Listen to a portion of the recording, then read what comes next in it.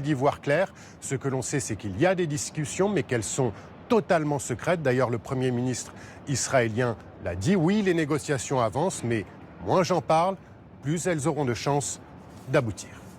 Merci Marc. Marc de Chalvron à Jérusalem avec Florian Lemoyle. Dans cette guerre, les civils palestiniens paient le prix fort. Ce matin, le Hamas annonce que 6 bébés prématurés et 9 patients sont morts à l'hôpital Al-Shifa dans l'enclave palestinienne où il y a plus d'eau dans cet hôpital et plus d'électricité. Le Hamas qui l'annonce à l'instant. Tous les hôpitaux du nord de la bande de Gaza sont, je cite, hors service. C'est dans ce contexte qu'une marche citoyenne a donc rassemblé plus de 180 000 personnes hier au sein du cortège parisien contre l'antisémitisme. Il y avait une grande partie de la classe politique, mais il n'y avait pas le chef de l'État. Sandrine Rousseau était à la marche hier après-midi, la députée écologiste et membre de la NUPES, qui était l'invitée ce matin des 4V. On l'écoute. J'en retiens aussi un moment politique, à mon avis, de bascule, où le Rassemblement national s'est blanchi face à son antisémitisme de naissance, j'ai envie de dire. C'est moi ou j'ai l'impression que ça ne va pas ce matin? Non, ça ne va pas. Ce qui s'est passé hier me semble être un moment politique d'une gravité extrême et qu'on minimise et dont on ne voit pas la portée. Noël approche, Thomas. Non. Oui. Oh, oui. Alors, on ne va pas faire le décompte tous les jours. Dis-moi pas que c'est pas vrai. C'est un fait, ça approche. Se faire plaisir et ravir les plus petits en consommant à moindre coût tout en protégeant l'environnement, eh bien c'est possible. Et oui, pour ça, il faut acheter de l'occasion. Le marché de l'occasion qui ne s'est jamais aussi bien porté en France. Il touche également les jouets pour enfants. Exemple, à quelques semaines de Noël, donc, si j'en crois les informations exclusives d'Anne-Claire Poignard, dans une bourse aux jouets organisée aujourd'hui à Royan, en Charente-Maritime. Pascal Foucault, Aurélien Guillot. Affaire conclue. Pour 2 €, ce puzzle en bois vient de trouver un nouveau propriétaire. J'ai un petit-fils qui va avoir 2 ans et je trouve que prendre des choses de deuxième main, c'est très bien. Ce concept vertueux du marché de l'occasion fait de plus en plus d'adeptes en France. Et s'il fait le bonheur des acheteurs, il fait aussi celui des vendeurs. J'ai les articles de mon fils, du coup on vide pour lui faire une petite cagnotte et lui il se rachètera autre chose. Auguste, lui, est venu avec ses parents et ses économies. Une dizaine d'euros qu'il dépensera après avoir bouclé son repérage. Il y a un 4x4, des personnages et puis un très gros lapin crétin qui est un doudou.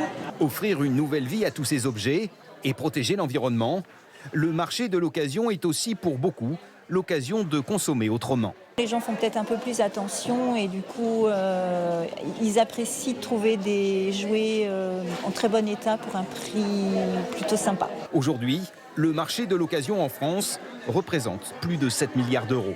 On fait pas nos Voilà, c'était hier la foire. Voilà, on précise tout de même que la foire c'était hier. Bon. Moi, je voudrais bien le petit tracteur Playmobil. Voilà. On vous le ramènera. La météo, s'il vous plaît. Oui, retour de la pluie dans toute la moitié nord aujourd'hui, et en particulier, on en a parlé dans le Pas-de-Calais où on annonce l'équivalent d'1 mois de pluie supplémentaire sur la semaine à venir, de la pluie.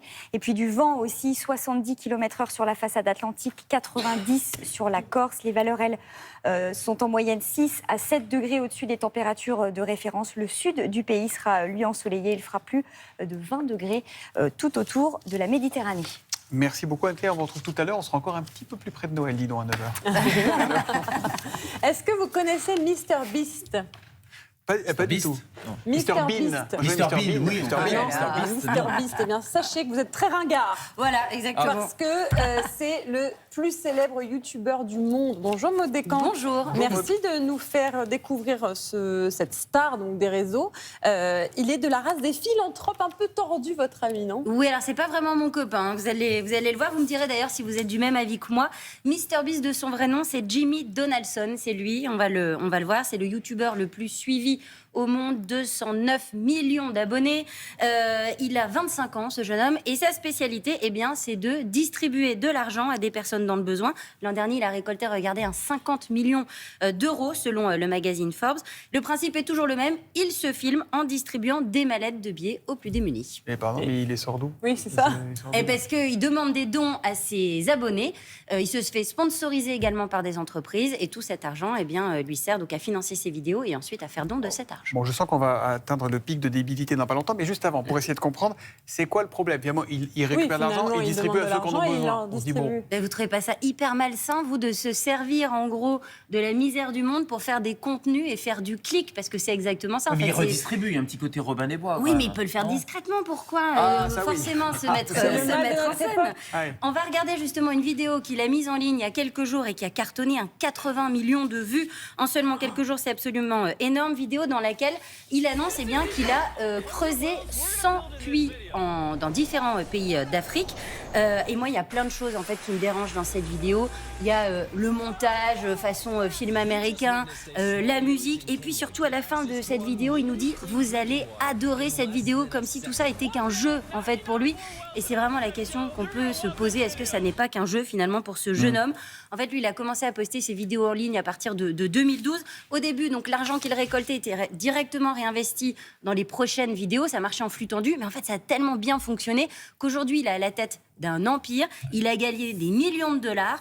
Il a environ... Oui, alors c'est là que c'est choquant. C'est là que ça devient choquant. Il a 6 chaînes aujourd'hui sur YouTube. Il a créé sa marque de vêtements. Il a créé sa marque de burgers également. Bref, c'est devenu un vrai businessman. En même temps, ça montre que quand on essaye quand on met les moyens, ça fait bouger les choses. Oui, c'est sûr, mais ça, vous savez comment ça s'appelle? Ça s'appelle du charity porn, ou simplement le fait de faire du business, de la charité, le fait de surfer comme ça sur la misère des autres pour engranger des vues sur le web. Et je peux vous dire qu'il se prend des salves de critiques, ce jeune homme. À chaque nouvelle vidéo, il y en a une qui a fait énormément réagir. Vous l'avez peut-être vu, il a décidé, accrochez-vous bien, de rendre la vue à plus de 1000 personnes malvoyantes payant leur opération. Regardez.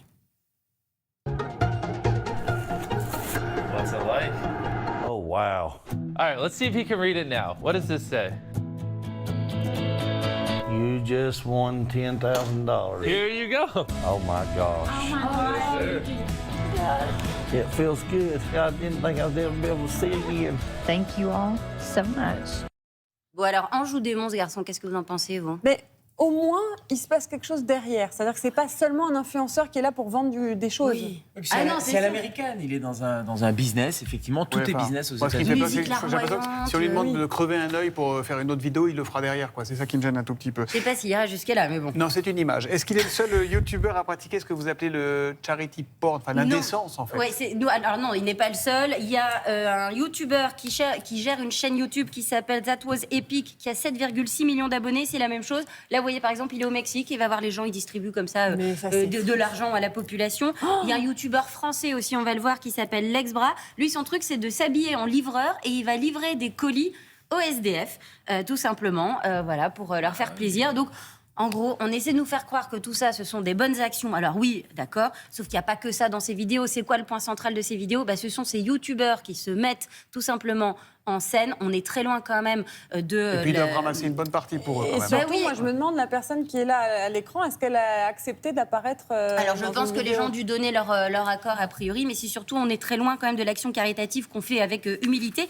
Et puis il y a un autre message dans ces vidéos, c'est qu'en gros, à coup de mallette de billets, on résout tous les problèmes du monde. Moi j'ai quand même une mauvaise nouvelle pour MrBeast, c'est un petit peu plus compliqué quand même dans la vraie vie. Eh bien c'est officiel, je suis vieux, je suis con, je suis un vieux con. Merci beaucoup à vous, Maud Descamps. Encore une preuve avec cette météo changeante et humide, docteur Kierzek. Bonjour docteur. Je dois bien reconnaître, mais j'aimerais autant pour le coup que ça reste entre nous, j'ai un peu mal à mes articulations. Non, docteur. ça commence. Ouais mon vieux. Alors je vous dis, l'arthrose ça commence dès 20 ans. C'est vrai ou pas? Ou c'est une légende quand il fait humide? Oui, c'est vrai. On ne sait pas trop comment ça fonctionne, mais certains avec des douleurs articulaires peuvent un peu prédire la météo. Alors c'est une histoire d'humidité, de pression atmosphérique. Parfois quand la pression monte ou descend, on a plus ou moins mal aux articulations. Alors il y a eu quelques explications. Il y a notamment une étude qui montre que ça serait sur l'usure du cartilage et c'est la pression atmosphérique qui est exercée sur les vaisseaux, les tendons, les muscles autour des articulations qui pourrait jouer sur ces douleurs-là. J'ai prononcé le mot-clé, c'est le mot cartilage. Et c'est ça le problème souvent dans les maladies articulaires, ce cartilage qui est cette espèce d'amortisseur quand on regarde un peu sur un schéma. Il y a sur un schéma. Il y a aussi le cartilage. Oui, il y a un cartilage.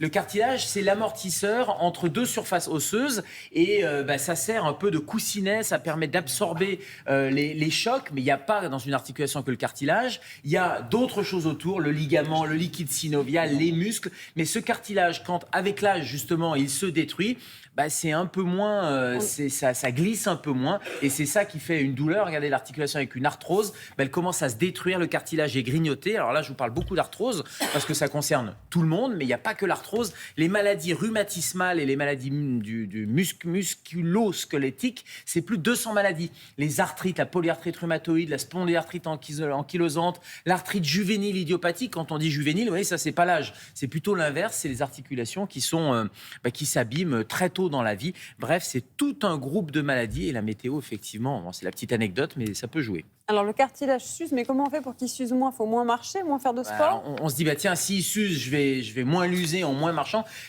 Et c'est une erreur en fait, parce que si on ne marche pas, on va encore plus l'user. C'est-à-dire que l'activité physique est fondamentale pour garder une certaine, les muscles autour, pour garder une certaine tonicité. Et donc c'est important, même quand on a de l'arthrose, même quand on a mal, de continuer à marcher. Alors c'est sûr que si vous êtes en pleine poussée d'arthrose, c'est pas là où vous allez faire les plus grandes marches. Il va falloir aussi vous reposer, mais alterner des périodes d'activité physique adaptées avec des périodes de marche. Il faut éviter les sports qui traumatisent.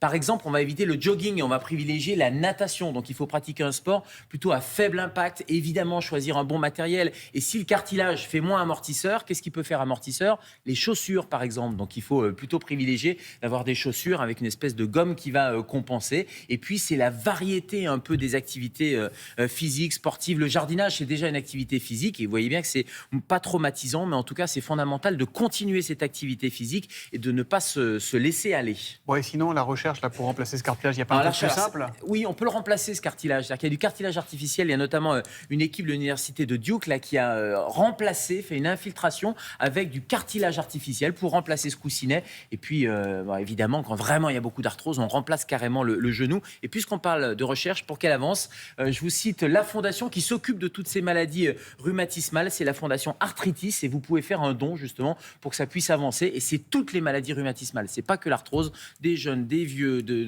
toutes les pathologies sont concernées par cette maladie du mouvement. Il faut demander, Mr Bean, là, votre copain, il va peut-être Mr. faire Beast. Pour Arthritis. Fondation Arthritis. Fondation